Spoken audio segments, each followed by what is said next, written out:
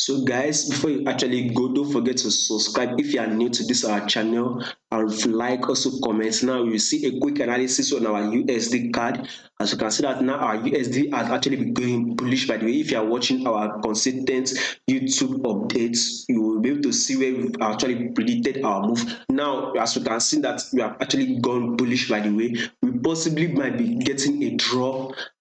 But before that, I think we would actually have a breakout to take out this liquidity area here on our USD before you actually now see a drop. So there are two places we will be getting a drop very soon on our USD, which is about probably our USD can start dropping, or we can actually now start go bullish to take out this our liquidity area here before we actually now see that fall. As you can see down our price, we can see this price has reacted. It has given us a wonderful reversal move, which has given us like a resistance here. You can see the price reacting here, so definitely we should possibly be seeing that reaction where our price will be dropping. And again, there's every possibility we might possibly be going bullish to take out this liquidity area. Now you can see on our USD index, as our USD index is actually now going bullish, by the way. So let's see if possibly our USD index will actually now drop again to test this our area here. Possibly if our USD index drops to test our area here, then definitely we would likely see that drop on our USD card,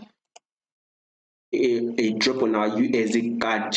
That is exactly what's possibly be seen. But if our USD index actually still continue to go bullish to hit this area here, to hit this key level area here, as we are marking or we are aiming to hit possibly, then definitely we should actually now see that breakout to take out this our liquidity area here before we actually now get a drop on our USD card. So above all, we want to trade what we see and not what we think. As we can see, it is just a prediction, but let's see how our price plays out. Then we actually not know when how to take the trade, or when, or how to when to take place our trade for our USD card. So that's my analysis. Don't forget to like, share and subscribe. Thank you very much.